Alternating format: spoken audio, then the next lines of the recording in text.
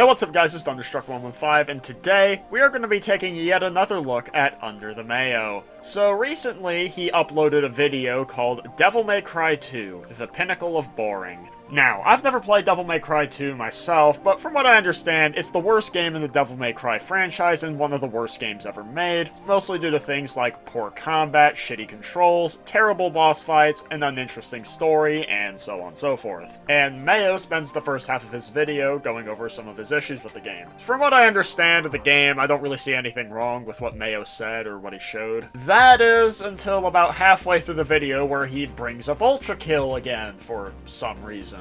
See, one of his complaints about DMC2 is that a lot of the boss fights can just be easily passed by standing in place and just spamming the pistols at the boss until it dies. You can see where this is going, can't you? He decides to try and use Devil May Cry 2 as some sort of gotcha moment against Ultrakill fans and say that, oh, well, you can play the game more stylishly, you don't have to spam the pistols, so how is that any different from Ultrakill? Which just shows he completely misunderstands why everybody gave him shit for his Ultrakill take in the first place. And on top of that, it's also proof that he has not moved on from the Ultrakill drama, unlike what he likes to claim. So yeah, we're gonna be jumping into the midpoint of his video, so let's get right into this shit. So this is a universally agreed on bad game, I see that. Fans of the series know it's bad, so I don't see much point in going into a 20-minute analysis of its failures 20 years after the fact. But it does leave me with a question. Why does everyone hate how easy this game is? Because in my interactions with fans of DMC, Ultrakill, Bayonetta, and other games that create communities of people obsessed with style meters and ranking systems and combos, I constantly hear that it's the player's fault if they're bored. Now, I can only speak for two of the games he mentioned, those being Ultrakill and Devil May Cry 5, because I haven't played the other ones, but in the cases of those games, yes, it is your fault if you're bored. Ultrakill and DMC5 are built around positive reinforcement, which is not something that can be said from Devil May Cry 2, at least from what I know of the game. On this channel, I have regularly criticized style meter games for being poorly balanced with terrible AI and just being easy to mash through mindlessly without the game pushing you into playing more intelligently and more stylishly to survive. I have heard that this isn't a problem, because the point of these games isn't for them to be challenging, the point is for you to go in and experiment and find fun stuff to do. You don't need to be punished by the game for playing in a boring way. That's supposedly a childish way to think.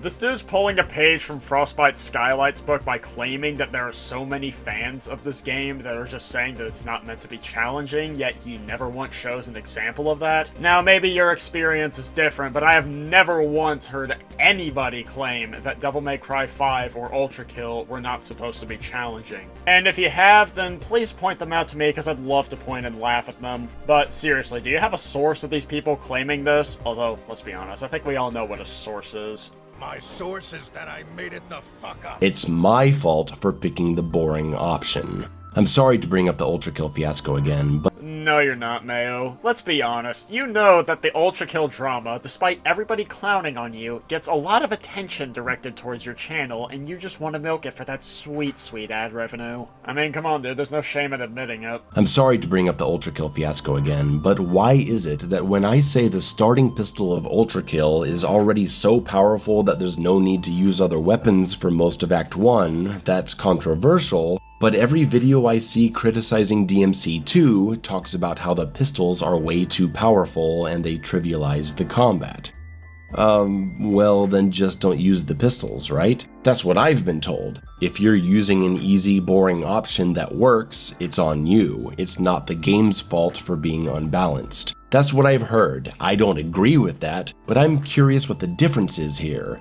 Well, Mayo, I would love to enlighten you. See, there is a huge difference between Ultrakill and Devil May Cry 2. Ultrakill is based around positive reinforcement. Devil May Cry 2, however, is not. Despite whatever bullshit you like to spout, the default piercer in Ultrakill is not the most effective way to deal with most encounters. And choosing to play more stylishly will reward you with more effective techniques for eliminating enemies, as well as faster clear times. In DMC2, on the other hand, stylish play is discouraged because in many cases, just spamming the pistol from a distance is quite literally the best option. In fact, I can even demonstrate this with your own gameplay footage. See, in Devil May Cry 2, you are quite literally just standing here spamming X or square to shoot the boss, and you're just not even moving because its AI is so incompetent that it can't do anything to you. In your Ultrakill footage, on the other hand, you are literally playing the 4th level of the Prelude, and you nearly die to a group of basic bitch cannon fodder. When the enemies are all bunched up together like this, you might want to use a weapon that's more effective at crowd control, which, unless the enemies are literally in a straight line, the default piercer really isn't that effective at doing. But an explosive weapon might be a lot more effective, and I know for a fact that you have one given that you get the core eject shotgun in the previous level. Setting aside the other things that make DMC2 bad, just talking about the stylish combo-based gameplay, it seems like DMC2 is the shining example of what I've been talking about. Probably because it's the only example of what you've been talking about, as I just explained. Because I've seen DMC2 combo videos. You can do some pretty cool stylish stuff, especially with the extended air juggles and aerial gunshots. You've got all these ways to customize your devil trigger using guns and grounded combo strings. You can have fun in DMC2. You can experiment and find crazy fun combo juggles and stylish ways to kill all the enemies in the room, if you choose to.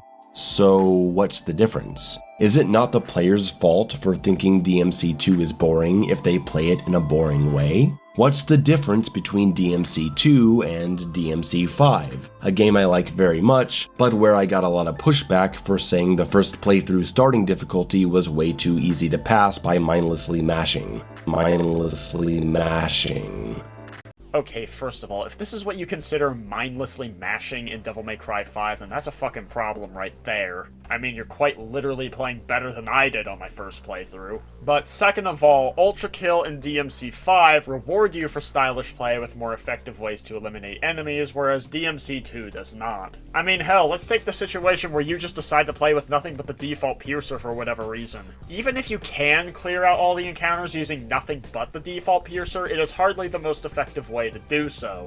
On top of that, you still have to worry about enemy aggression, so you still have to dash and move and dodge their attacks. Whereas in DMC2, you have quite a lot of footage of you either not moving at all or barely moving and just clearing out entire rooms with nothing but the pistols. Something that would not be possible in Ultrakill or DMC5. If anything, I'd say that would only make the game harder in those cases. As we saw in his Act 2 review of Ultrakill when he got stuck against the V2 boss fight because of his default piercer strategy.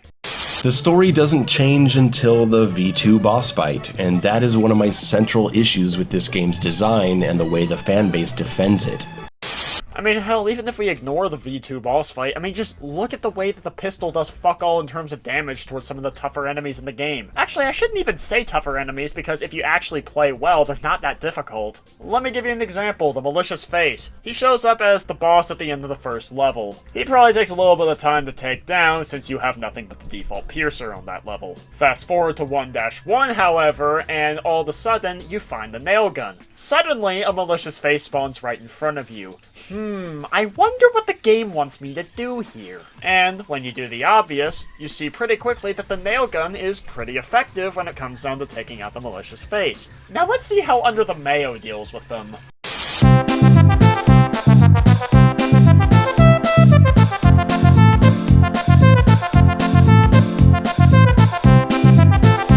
I heard over and over that I don't understand DMC, that the point of the game is to be stylish, not to be challenged. It was apparently my fault for playing in a boring way, even though it was incredibly effective since the game was so damn easy. I'm not complaining about hypocrisy here, I'm just genuinely curious why it's okay for DMC5 and Bayonetta and Ultrakill's first act to be largely passable using terrible mashy spammy gameplay, and it's my fault for being bored because I'm supposed to be paying attention to the style meter or ranking system or whatever. Well, maybe if you paid attention to it a bit more, you would know that there are more effective methods to dealing with enemies in both games. When I started stringing together combos in DMC DMC5, I was rewarded with a higher style meter, which gave me the positive reinforcement to try out more combos and see what worked. Same goes for Ultrakill, except I'd argue it's even more effective than Ultrakill since it'll tell you exactly what style bonuses you're getting. And I ended up learning quite a few things this way. In fact, let me give you a few personal examples. When I was first playing the game back in late 2022, I noticed that getting the ricochets with the Marksman Revolver was giving me the ricochet bonus. So I decided to keep doing it, and what I found out is that you can actually shoot the fireballs while they're still in the hands of the strays, and it'll cause them to explode. Another thing I learned from this is that this is also an incredibly effective way to deal with street cleaners. Now, I knew that there was a tank on their back, but I couldn't shoot it because the street cleaner was designed to always face towards the player, so hitting it directly was incredibly tricky. But then I found out if I toss a coin above its head and then shoot it, I could suddenly deal with it a lot more effectively, which is great because up till that point, I'd been kind of struggling with them. One more example. This happened several months after I picked up the game, but I was playing through Cybergrind, and I used the electric rail cannon and noticed that I got the conductor bonus. I wasn't sure what that was, but upon further investigation, I found out that if you fill an enemy with nails from the nail gun, and then shoot him with the electric rail cannon, all of the nails in the target will explode and deal a little bit of damage, up to 90 nails. So shooting a tough enemy with the nail gun's overheat burst, and then hitting him with the electric rail cannon did massive amounts of damage, even more so if you could add a rail coin to it. The point is, the style meter can be a very useful teaching tool. On top of that, there's also more direct rewards in each game. In Devil May Cry 5, you unlock red orbs faster if you have a higher style ranking, which allows you to unlock new attack moves faster, which are incredibly useful. As for Ultrakill, there's a mechanic known as hard damage, where every time you take damage, your maximum health will also slightly decrease. This will recover once enough time has passed, but you can speed up that recovery by having a higher style ranking, and if you have the max style ranking, that being an Ultrakill ranking, then you will actually be immune to hard damage, and any hard damage that you currently have will instantly be recovered. Now, how does this all connect back to DMC2? Well, simple. DMC2's stylish play is not rewarded with more effective techniques, because the basic technique of just shooting everything from a distance is more effective in most cases. That is the main difference. But in DMC2, it's also very easy to pass using terrible, mashy, spammy gameplay, and people consider the combat to be boring and bad, even though you can still do flashy, stylish combos you want to be doing in a DMC game. There's a ranking system at the end of every level, there's a style meter, and surely trying to maintain them as high as possible equals playing faster. So why isn't it the player's fault for finding DMC2 boring? It's a serious question. I'm not trying to start a fight here, guys. I know there's a fundamental philosophical disagreement between myself and the style meter fans, but this is not meant to be hostile. I just want to know what you personally think the difference is, and I invite you to comment below. As I already explained in great detail, Ultrakill and DMC5 stylish play is way more effective than lane play, whereas that's not the case in DMC2. And if you still don't believe me, just compare gameplay footage, it's pretty obvious. At this point, there really isn't anything else that he says that's really relevant, so I'm gonna go ahead and end the video off here. If you enjoyed, make sure you hit the like button and subscribe for more, and tell me what you think about Under the Mayo being Under the Mayo again. Also, I do apologize if this video turns out a bit weird compared to my previous ones. I just built myself a new PC, and this is the first video I'm making on that PC, so if something's a bit off, just let me know, because I might have forgotten to configure something. But anyways, that's it. Peace!